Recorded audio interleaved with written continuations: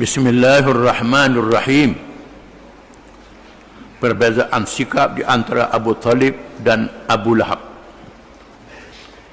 Syekh Muhammad Abu Zahra ataupun Abu Zuhrah rahimahullah, seorang ulama besar Mesir, dalam mengulah perkara bahawa sikap yang ditunjukkan oleh Abu Talib tidak perlu dijelaskan lagi, kerana betapa ayahandanya Abdul Muttalib memberi kepercayaan untuk menjaga Nabi selepas wafatnya. Abdul Muttalib berwasiat kepada Abu Talib, anak dia, supaya jaga cucu dia Muhammad sallallahu alaihi wasallam. Walaupun ia bukanlah anaknya yang tertua, tetapi sifat sayangkan keluarga yang ada pada dirinya, maka ia bersungguh-sungguh menunaikan wasiat ayahnya dengan menjaga dan mempertahankan Nabi sallallahu alaihi wasallam. Maka Abu Talib jaga sungguh mempertahankan Nabi, bukan sahaja di masa kanak-kanak, tetapi juga di masa muda dan dewasanya. Sesungguhnya ia benar-benar menunaikan wasiat ayahandanya dengan penuh tanggungjawab, sekalipun ia tidak beriman. Mengikut satu riwayat jumhur ulama, ada riwayat mengatakan dia beriman. Kita harap dia beriman, kita akan bincang kemudian. Begitu juga dengan keluarga yang lain seperti Hamzah dan Abbas, tetap mempertahankan Rasulullah sallallahu alaihi wasallam walaupun masih belum Islam. Hamzah dengan Abbas mempertahankan Nabi sama dengan Abu Talib, saudara yang mempertahankan Nabi. Dan Hamzah masuk Islam semata-mata kerana marah pada Abu Jahal menghina Nabi. Asalnya marah. Bila dia balik, asalnya dia tak cara apa-apa, apa nak berlaku dia tak cara, kerja dia buru je. Dia balik daripada memburu, dia beritahu Abu Jahal menghinakan anak saudara dia. Lalu dia balik terus beritampar Abu Jahal. Kita akan baca kisahnya, dan terus mengatakan dia masuk Islam. Asalnya marah, kemudian jadi masuk Islam. Abbas masuk Islam ketika pembukaan Mekah. Tetapi Abu Talib tidaklah bersikap begitu terhadap anak saudaranya Rasulullah SAW. Sikapnya sungguh berlainan dengan anggota keluarga yang lain, termasuk yang belum memeluk Islam. Hal ini mungkin kerana kepentingan harta dan hal ini, tetapi Abu Lahab, bukan Abu Talib, tetapi Abu Lahab tidaklah bersikap begitu terhadap anak saudara Rasulullah SAW. Sikapnya sungguh berlainan dengan anggota keluarga yang lain, termasuk yang belum Islam. Hal ini mungkin kerana kepentingan harta dan pangkat yang menguasai Abu Lahab. Abdul Uzza nama dia. Abdul Uzza, Uzza ni berhala, hamba pada berhala, menyebabkan ia tidak mahu mencari susah. Ia beranggapan bahawa kiranya ia menyokong perjuangan anak saudaranya Muhammad sallallahu alaihi wasallam, pasti mengorbankan harta dan menjatuhkan martabatnya di kalangan musyrikin yang menjadi golongan terbesar dan masih memerintah Mekah. Sifat ini menjadikan ia tidak berfikir tentang kebenaran Islam dan tidak berpendirian untuk melindungi anak saudaranya. Bahkan ia merasa lebih mendapat untung dan terjamin kepentingan dengan bersungguh-sungguh menentangnya. Oleh kerana masyarakat Mekah pada masa itu, majoritinya, sebahagian besarnya adalah tak beriman. Dan masyarakat Mekah ni membayar hadiah-hadiah pada berhala, macam-macam bayaran. Abu Lahab mendapat bayaran ini. Abu Lahab merasakan kalau dia ikut Nabi, tak boleh pitih dia.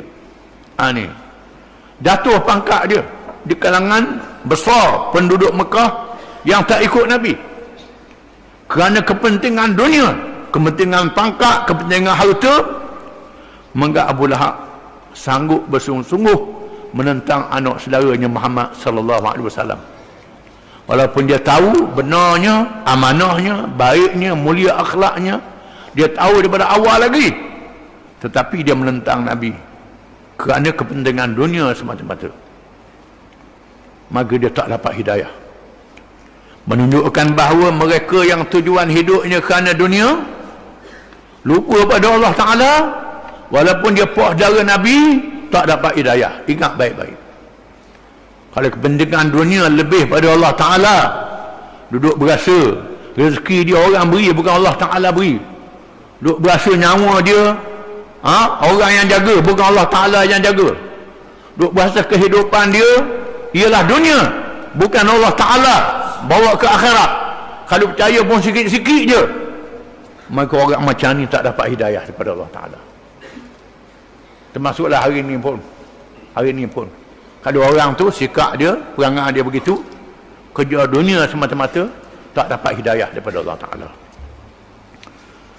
Ummu Jamil, isteri Abu Lahab, juga memainkan peranan yang besar memusuhi Rasulullah sallallahu alaihi wasallam. Ia sungguh-sungguh bencikan Rasulullah dan isterinya Ummul Mukminin Khadijah radhiyallahu anha. Mereka suami isteri menentang Rasulullah sallallahu alaihi wasallam adalah suatu kejahatan yang tidak terhingga di saat orang menyanjunginya di langit dan di bumi. Walaupun demikian, dialah orang yang penakut. Ketika Quraisy keluar berperang, ia tidak keluar berperang kerana kepentingan dunia. Walaupun malaikat-malaikat di langit memuliakan Nabi Muhammad sallallahu alaihi wasallam, golongan ahli kitab yang ikhlas memuliakan Nabi Muhammad SAW, Abu Talib melihat sendiri bagaimana padri yang melihat anak saudaranya Muhammad ketika ikut Abu Talib pergi ke Syam. Padri menyanjungi Muhammad SAW, memuliakan kerana ada tanda-tanda kenabian pada dirinya, dimuliakan oleh orang yang baik. Tapi Abu Lahab bersama dengan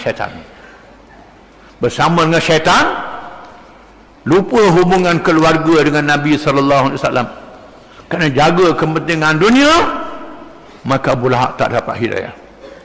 Tetapi orang yang macam ni penakut sebenarnya.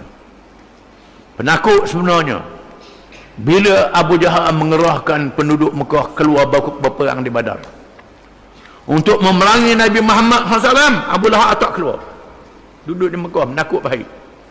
Ini Abu Lahab. Adapun sikap Abu Talib hendaklah dinilai juga dari segi Islamnya. Sikap menyokong di atas dasar keluargaan tanpa beriman dengan ajaran yang dibawa oleh Rasulullah SAW, tetapi berpegang dengan ajaran pusaka nenek moyang, adalah sikap yang sia-sia di sisi Allah Subhanahu wa Ta'ala. Abu Talib mengikut pandangan jumhur ulama ahli sunnah wal jamaah, Abu Talib mati dalam keadaan kafir, tak masuk Islam, mempertahankan Nabi SAW habis-habisan, tetapi tak beriman. Maka semua amal baiknya ditolak oleh Allah Ta'ala. Allah Ta'ala tak terima, masuk neraka juga. Ini mengikut riwayat yang kuat di ahli sunnah wal jamaah. Tetapi ada kaum mengatakan Abu Talib sebenarnya beriman. Wallahu a'lam. Kalau ikut pendapat, memanglah dasarnya kalau orang tu dia tidak beriman, walaupun dia apa saudara Nabi, termasuklah Abdullah bin Ubay yang akan kita baca di kisahnya. Abdullah bin Ubay, seorang pemimpin munafik. Bila Nabi mari ke masjid, beritahu ke orang ramai Rasulullah dah sapa dah, dalam hati dia jahat, syaitan, melawan Islam, tak beriman, kafir. Turun ayat Quran mengutuk dia. Anak dia minta izin dengan Nabi nak bunuh. Nabi kata tak boleh, jangan, kerana dia bersama dengan orang Islam, tak boleh bunuh. Ni ada orang kata Muhammad bunuh sahabat dia pula, jadi fitnah. Bila Abdullah bin Ubay mati, anak dia minta baju Nabi untuk kapan dengan baju Nabi. Ambil baju Nabi buat kapan Abdullah bin Ubay, masuk neraka juga Abdullah bin Ubay, walaupun kapan dengan baju Nabi. Ni duduk kita tengok janggut Nabi, janggut kedok tak tahu, pakat ramai-ramai kita tengok kononnya di janggut Nabi tak perlu ketiuk sama dia pun tak tahu, duduk pergi ramai-ramai. Yang penting ialah beramal dengan ajaran Nabi, ikut perjuangan Nabi, ikut ajaran Nabi, itu yang pentingnya. Kita kena sedar, kalau orang tu ada hubungan keluarga dengan Nabi sekalipun, tapi tak beriman, buat baik macam mana pun tak beriman, Allah Ta'ala tak terima amalannya. Disebut dalam Quran, wa qad uhiya ilaika wa ila alladhina min qablik la in asyrakta la yahbatanna 'amaluka wa la takunanna minal khasirin. Demi sesungguhnya jika mu wahai Muhammad syirik menyekutukan Allah dengan sesuatu yang lain, diwahyukan kepadamu Rasul sebelummu, kalau kamu syirik menyekutukan Allah dengan sesuatu yang lain, walaupun mu sendiri wahai Muhammad, terhapus semua amalanmu. Di akhirat kamu termasuk di kalangan orang yang rugi.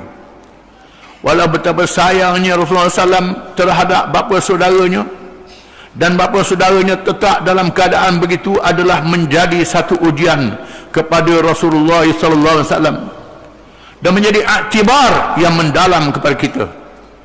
Kita pun tidak mengetahui apakah hikmatnya di sisi Allah yang maha mengetahui dan bijaksana dalam segala urusannya. Wallahu a'lam.